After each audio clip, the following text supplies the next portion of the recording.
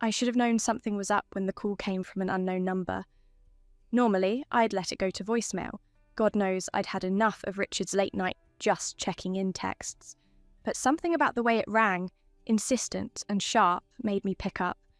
We need to talk. Not hi, not is this, just 4 clipped words, delivered in a voice like chilled champagne, smooth, expensive, and designed to leave a bitter aftertaste. Eleanor. Of course it was Eleanor, Richard's wife, the woman whose photo I'd Googled exactly once, just to confirm she was as polished as his guilt made her out to be. Spoiler, she was. Pearls, blowout, the kind of smile that could cut glass. I almost laughed. Did she want to scream at me? Slap me? Beg me to leave her poor, misunderstood husband alone? But then she said the last thing I expected. Name your price. I remember the silence that followed, the way my fingers tightened around the phone, the hum of the city outside my apartment suddenly too loud. She wasn't asking. She was offering. And not in the messy, drunken way Richard had once slurred about leaving her. He wouldn't. This was cold, calculated, a transaction. We met at some absurdly discreet cafe, the kind with no signage, just a black door and a hostess who looked like she'd judge you for breathing wrong. Eleanor was already there, back straight, nails tapping the rim of her untouched espresso. No wedding ring. A power move, I assumed. Or maybe she'd already accepted it was worthless. She didn't waste time. 2 million, she said, sliding an envelope across the table. Cashier's check. You walk away today, you never speak to him again, and this stays between us. I should have been furious, or guilty, or something, but all I felt was a slow, creeping amusement. Because here's the thing about Richard. He wasn't worth a screaming match, let alone 7 figures. He was a mediocre man with a Rolex and a wandering eye, the kind who thought, I'll leave her was a pick-up line instead of a warning. So, I opened the envelope, glanced at the number, and then I did what any sane woman would do. I took the deal. Pleasure doing business with you, I said, tucking it into my bag. Eleanor's smile was thin. I'd say the same, but let's not pretend this is anything but what it is. Oh, I knew exactly what it was. She thought she was buying her marriage back. What she didn't realise? She'd just handed me the down payment on my revenge. The lawyer arrived 10 minutes later, a sleek briefcase in hand and a look of practiced detachment on his face, the kind of man who billed by the second and had never once lost sleep over ethics. He didn't introduce himself, just set the papers between us with the quiet efficiency of someone used to cleaning up rich people's messes. Eleanor watched me like I might bolt, her fingers steepled under her chin. Read it thoroughly, she said, though her tone made it clear she expected me to be too dazzled by the zeros to care about the fine print. I skimmed the first page. Standard non-disclosure language, a few lines about irrevocable severance of contact. Nothing surprising. But then I hit the real gem. The receiving party acknowledges this payment constitutes full and final settlement of any claims, real or imagined, pertaining to the aforementioned relationship. I nearly snorted. Imagined. As if I'd ever fantasized about Richard leaving his wife for me. Please. The man couldn't even remember my coffee order. The lawyer cleared his throat. There's a clause ensuring return of funds should you breach the agreement. And what constitutes a breach? I asked, just to watch Eleanor's eyelid twitch. Contact of any kind, written, verbal, digital. He adjusted his cufflinks, including third-party intermediaries. So no sending a friend to slip him a note, no drunken text from a burner phone. Not that I would, but it was almost cute how seriously they thought I'd cling to him.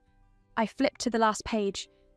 No stipulations about Richard's future behaviour, no requirement that he remain faithful, or even that Eleanor had to stay married to him. Just me walking away clean. Pen?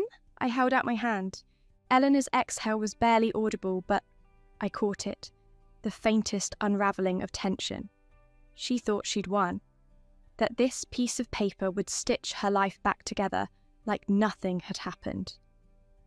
The lawyer produced a Mont Blanc. Heavy, probably cost more than my rent. I scrawled my name at the bottom, the ink dark and final. "Pleasure," he said, though his expression said transaction complete. Eleanor didn't speak, just folded her copy into her purse with the reverence of someone tucking away a holy relic. I kept mine loose in my jacket pocket, already creased, a receipt for the world's easiest con. As I stood to leave, the lawyer murmured, "We'll be in touch with wiring instructions." "No need." I patted my bag where the cheque lay. "I prefers cash."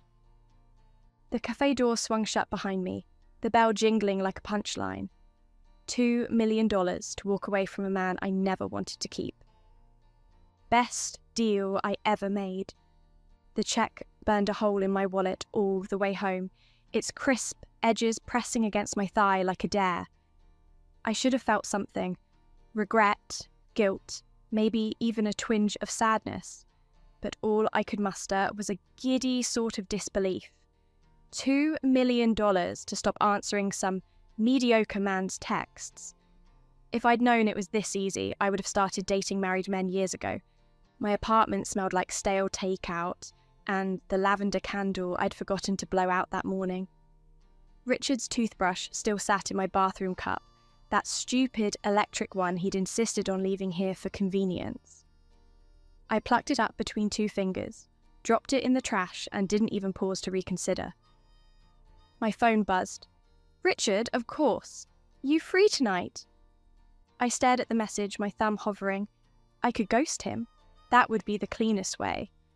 But where was the fun in that? "Actually," I typed, "I'm seeing someone new." 3 dots appeared immediately. "What?" "Since when?" "Since about 20 minutes ago," I replied. "His name's Benjamin Franklin. Really knows how to show a girl a good time." The dots danced, stopped, danced again. I could practically see his confused frown through the screen. I sent a photo of the cheque, Eleanor's elegant signature clearly visible in the corner. Then I blocked his number before he could respond. The silence was glorious. I poured myself a drink, the good whiskey I'd been saving for a special occasion, and kicked my feet up on the coffee table. Through the window, the city lights flickered like they were in on the joke.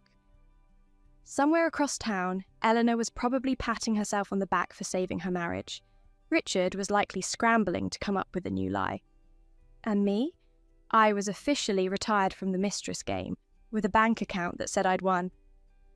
I thought about leaving town, a villa in Italy maybe, or one of those overwater bungalows where they bring you cocktails on floating trays. But that felt too much like running away. Besides, I liked my life here.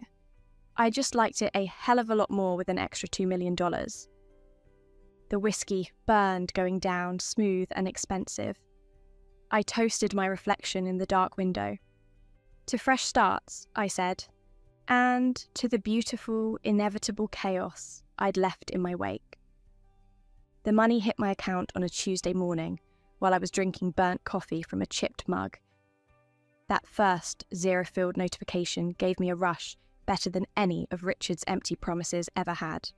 Most people would have blown it on designer bags and penthouse views, but I'd been poor before.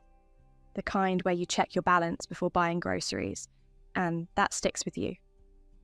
I spent 3 days holed up with spreadsheets and market reports, the glow of my laptop the only light in the apartment.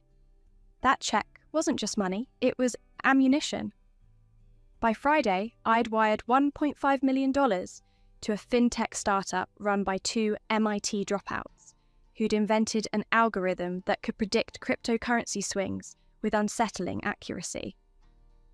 The remaining $500,000 became seed money for my own venture, a discreet consulting firm helping women navigate exactly the kind of situation I'd just escaped.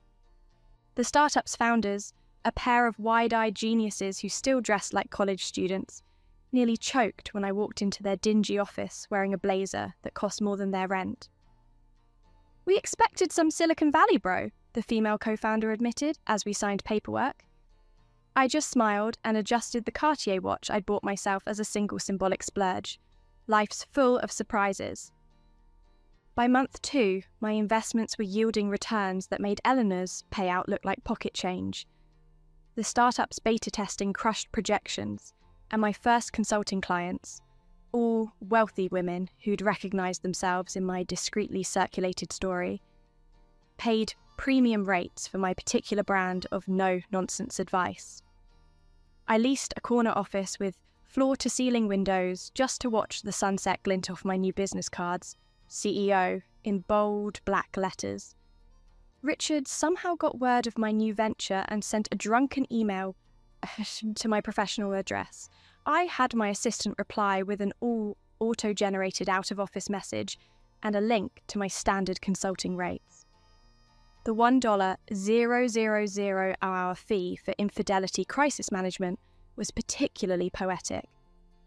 Sometimes, when I'm reviewing quarterly reports or mentoring a new client, I think about that cafe meeting with Eleanor, how she'd looked at me like I was some temporary problem to be disposed of.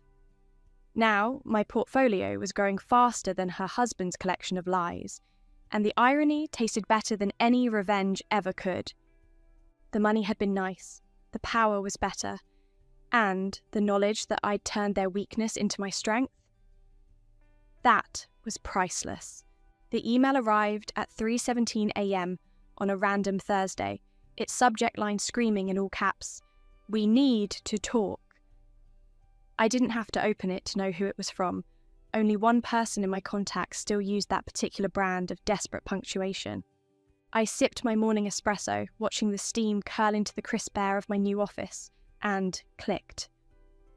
Eleanor's message was a masterpiece of barely contained hysteria. "He's done it again," she wrote, as if we were old friends sharing gossip over brunch. "Less than 3 months after our agreement, and he's already replaced you with some vapid little intern." There was an attachment, a grainy photo of Richard with his arm around a blonde half his age at some upscale hotel bar. His hand was exactly where it shouldn't have been. I should have felt vindicated, maybe even a little sorry for her. Instead, all I could muster was a detached amusement. Did she really think buying me off would fix him? That the problem was me, and not the man who couldn't keep his hands to himself. My phone rang seconds later. Eleanor's name flashed across the screen, the same unknown number from months ago. I let it go to voicemail. She called again, and again. By the 5th attempt, I sighed and answered. "You owe me," she hissed, dispensing with pleasantries. I leaned back in my chair, staring at the skyline. Do I? This wasn't part of the deal. "Actually," I said, "the deal was very clear. I walk away. You pay me. Nothing in there about his future behaviour." A sharp inhale on the other end. "You knew this would happen." I laughed. "Everyone knew this would happen, you just didn't want to believe it." Silence. Then quieter. "I want my money back." Now that was rich. "Sorry," I said, "but that check cleared months ago. Consider it an investment in your education." She hung up. I imagined her sitting in some cavernous penthouse, staring at her reflection in a floor-to-ceiling window, realising too late that she'd spent a fortune on the wrong solution. My assistant buzzed in. "Your 10 a.m. is here." I deleted Eleanor's email without responding. Some lessons couldn't be bought. They had to be lived. And Richard, well, he was still out there, making the same mistakes, proving my point better than I ever could. I straightened my blazer and smiled. Send them in. Business, unlike men, never disappointed. The private investigator showed up at my favourite cafe, a quiet spot with mismatched china where I held my most discreet client meetings. He sat uninvited at my table, his cheap suit and overly polite smile giving him away before he even flashed his licence. "Miss Whitmore hired me," he said, stirring sugar into a coffee he hadn't ordered, as if we were old friends, as if I wouldn't immediately know why Eleanor had sent him. I didn't bother looking up from my tablet. Let me guess. She wants dirt to void our contract. His smile tightened. She's curious how you've expanded your resources so quickly. Ah, so it wasn't just about the money anymore. It was about the empire I'd built with it. I took a slow sip of tea, letting the silence stretch. The investigator shifted, his fingers tapping a nervous rhythm against his cup. He was young, probably new to trailing women for rich wives. Still, thought he was the hero in this story. You won't find anything, I said finally. No embezzlement, no shady dealings, just solid investments and smarter choices than your client ever made. He pulled out a notepad, the kind detectives use in bad movies. Your relationship with Mr. Whitmore lasted 6 months and ended the day I cashed his wife's check. I leaned forward. But you already knew that, just like you know he's on his third mistress since me. A muscle twitched in his jaw. Bingo. Eleanor hadn't told him everything. Probably couldn't stomach admitting how spectacularly her plan had failed. I slid a business card across the table, one from my consulting firm. Tell Miss Whitmore if she wants to know my secrets, she can book a session like everyone else. My calendar's open next Tuesday. The investigator left without finishing his coffee. I watched through the window as he climbed into an unremarkable sedan, already dialing his client. My phone buzzed with a calendar alert. Lunch with investors, 12:30. I paid my bill in cash, leaving an extravagant tip. The game had changed. Eleanor wasn't just angry anymore, she was scared. And nothing was more dangerous than a woman with nothing left to lose. Except, perhaps, a woman who'd already won. The story broke on a slow news Tuesday, buried between stock market updates and a celebrity divorce. By Wednesday morning, it had gone viral. I discovered it the way most people did, through a text from an old college friend with a screenshot and a string of crying laughing emojis. Page 6 had run a piece titled The $2 Million Mistress, How One Woman Turned a Scandal into Startup Gold, complete with my LinkedIn photo and carefully worded references to a prominent New York financier and his socialite wife. They'd even dug up the cafe where Eleanor and I had met, quoting an anonymous source who'd apparently watched our entire exchange. My first instinct was damage control. Then I read the comments. The internet, as it turned out, loved me. Women's business blogs called it a masterclass in turning lemons into lemonade.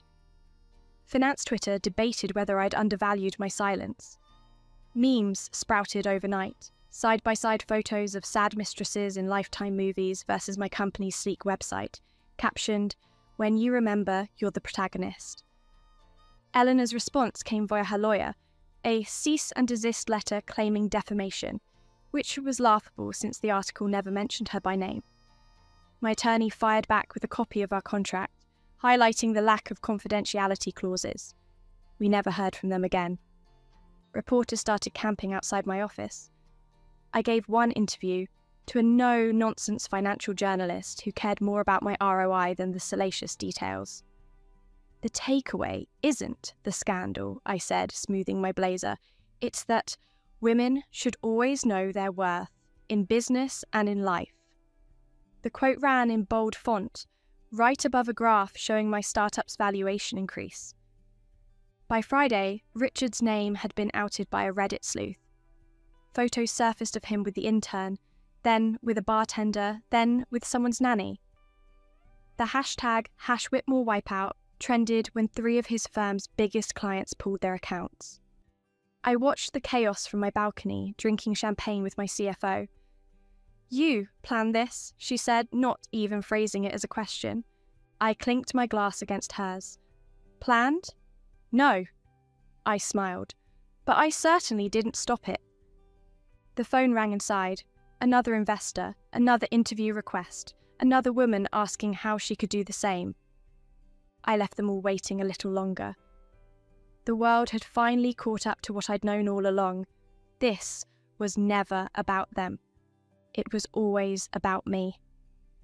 Eleanor's lawsuit arrived in a thick, cream-coloured envelope, hand-delivered by a stone-faced process server who looked like he'd rather be anywhere else. I accepted it with the same detached amusement I might show a misaddressed piece of mail, then dropped it onto my desk without breaking stride to my morning meeting. By noon, my legal team had dissected every line. The claims were laughable: breach of contract, unjust enrichment, even a vague stab at emotional distress. The real kicker? Eleanor was demanding not just the return of her $2 million, but additional damages for reputational harm. My lead attorney, a razor-sharp litigator with a 98% win rate, actually chuckled as she flipped through the pages. "She's claiming you knew he'd cheat again, making the agreement fraudulent." I swirled my pen between my fingers. "And we counter with the contract's explicit terms. No conditions, no guarantees. Just payment for silence." She smirked. "Then we depose Richard about his extracurricular activities. See how fast they fold." I didn't wait for them to fold.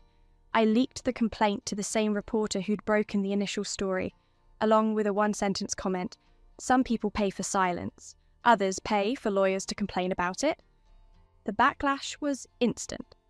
Legal analysts tore apart Eleanor's claims on cable news. Twitter erupted with side-by-side comparisons of my startup's success versus Richard's nosediving career.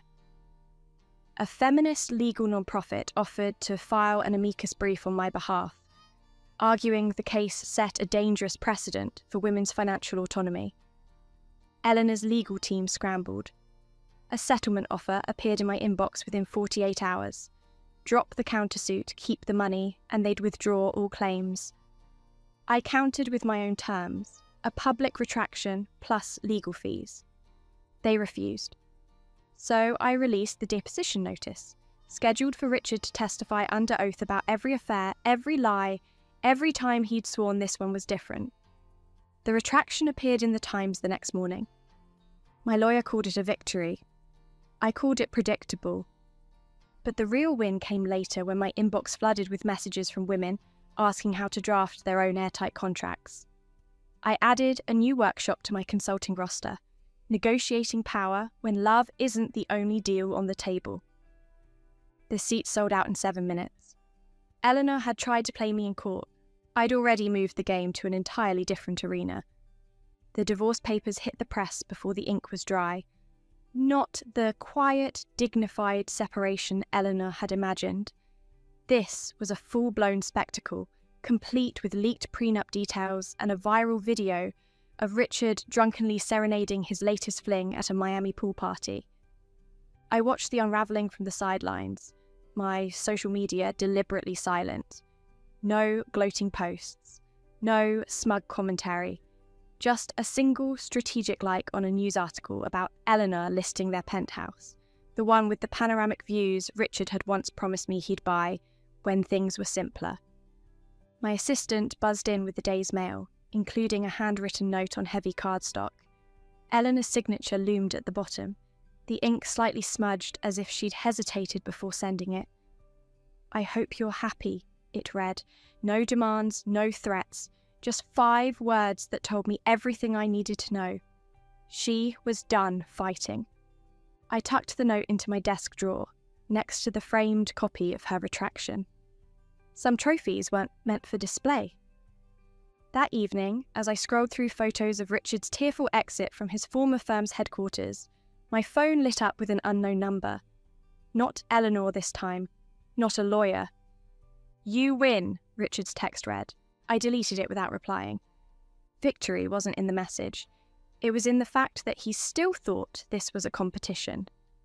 That after everything, he believed there was a version of this story where he mattered enough to be the prize.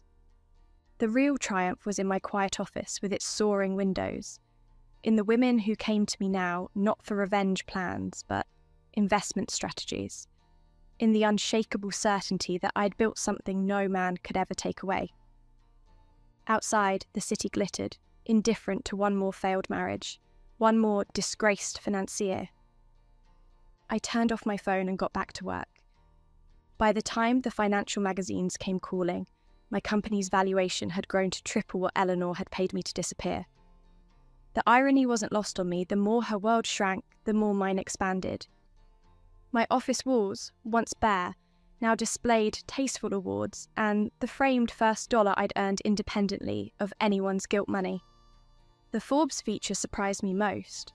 Not the 30 under 30 nod, that was expected, but the journalist's angle. How a scandal became a blueprint for financial independence.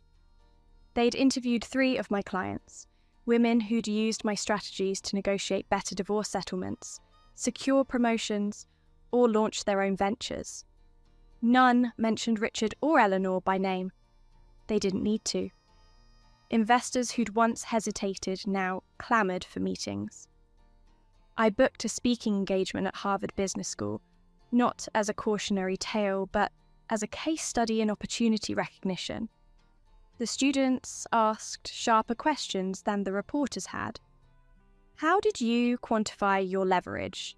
one MBA candidate demanded. I smiled and quoted my own contract back to them. My assistant, a whip-smart Columbia grad who'd interned at Eleanor's favourite charity, brought in the mail with raised eyebrows. An embossed invitation to the Whitmore Foundation's annual gala. "Return to sender?" she asked. I ran my thumb over the gold foil. The event was at the museum Richard had taken me to once, whispering how boring he found it between stolen kisses. "No," I said. "Have flowers sent instead. White orchids." The same ones Eleanor had been arranging the day she'd first called me. That night, I reviewed quarterly reports while the gala unfolded across town. Photos surfaced online by midnight, Eleanor alone at her table, the vacant chair beside her more telling than any headline. My orchids stood centrepiece on the podium, where Richard should have given his speech. The business channels played my interview on loop the next morning as markets opened. My company's stock ticker scrolled beneath footage of the gala's empty chair. No one mentioned connections. They didn't need to. She came to me on a rain-slicked Tuesday, without an appointment or the armour of her usual couture. The woman waiting in my reception area bore little resemblance to the Ice Queen, who'd once slid a contract across a cafe table. Her Burberry trench was soaked at the hem, her manicure chipped. Only the eyes remained unchanged, that same flinty sharpness cutting through the carefully constructed exhaustion. My assistant hovered uncertainly. She refused to leave. I could have had security escort her out, could have let her sit there all day, humiliated by junior staffers stealing glances.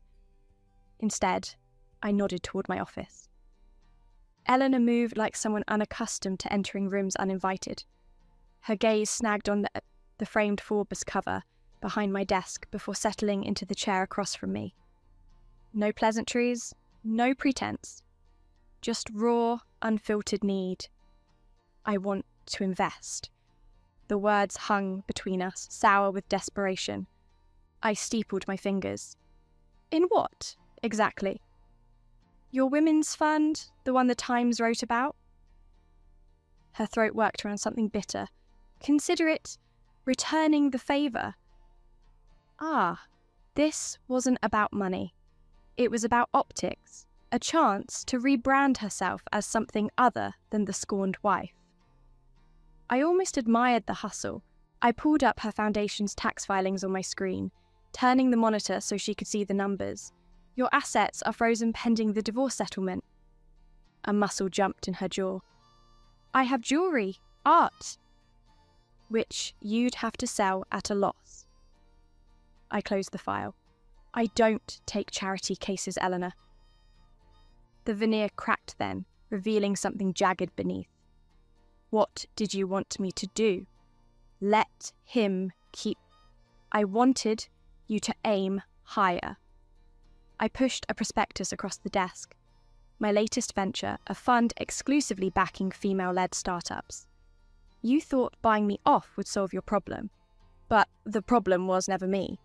Rain lashed the windows as she stood abruptly, her reflection warped in the glass. For a heartbeat, I saw it. The woman she might have been if she'd spent half the energy on herself that she'd wasted on him. The door clicked shut behind her with finality. My assistant appeared instantly. "Should I send the standard investor packet?" I said, turning back to my work. Everyone deserves the chance to learn, even if the lesson came too late. The package arrived on the anniversary of our cafe meeting. A sleek black box tied with a silver ribbon, the kind of presentation Eleanor would appreciate. My assistant eyed it like it might contain anthrax, but I recognized the stationery immediately. The Whitmore Foundation's embossed logo gleamed under my office lights as I sliced through the silk cord with my letter opener. Inside lay 2 items. A check for $250,000 made out to my women's fund, and a single sheet of ivory paper with 3 handwritten words. "Invest this better." No signature, no return address. Just Eleanor's distinctive, razor-sharp penmanship, the same hand that had signed away $2 million to erase me from her life. I burst out laughing. The check cleared within hours. I didn't send flowers this time. Instead, I had my team draft a formal investment agreement, complete with quarterly reporting requirements and a seat on the advisory board. Terms identical to those we gave all major donors. The paperwork went out via courier to the only address that mattered now, the modest Tribeca apartment where Eleanor had relocated after the divorce. She accepted the terms without negotiation. 6 months later, at our inaugural fund summit, I spotted her across the ballroom. Not in her usual front row perch, but deep in conversation with one of our grantees, a 22-year-old coding prodigy from Queens.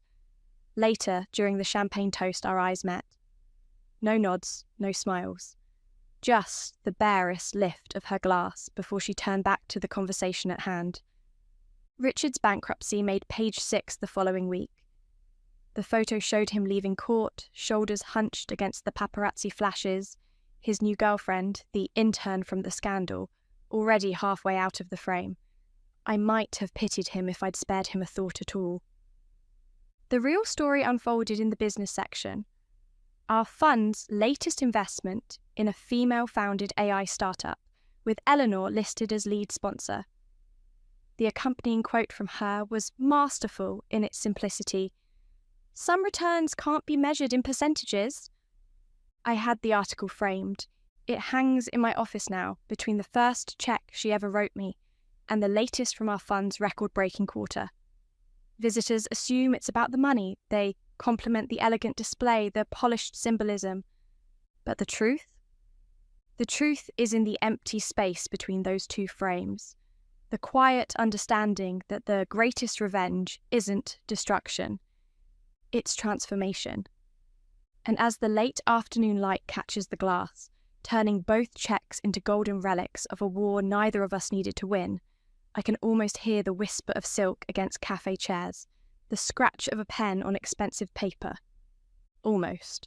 My intercom buzzes. Another investor, another opportunity, another woman ready to rewrite her ending.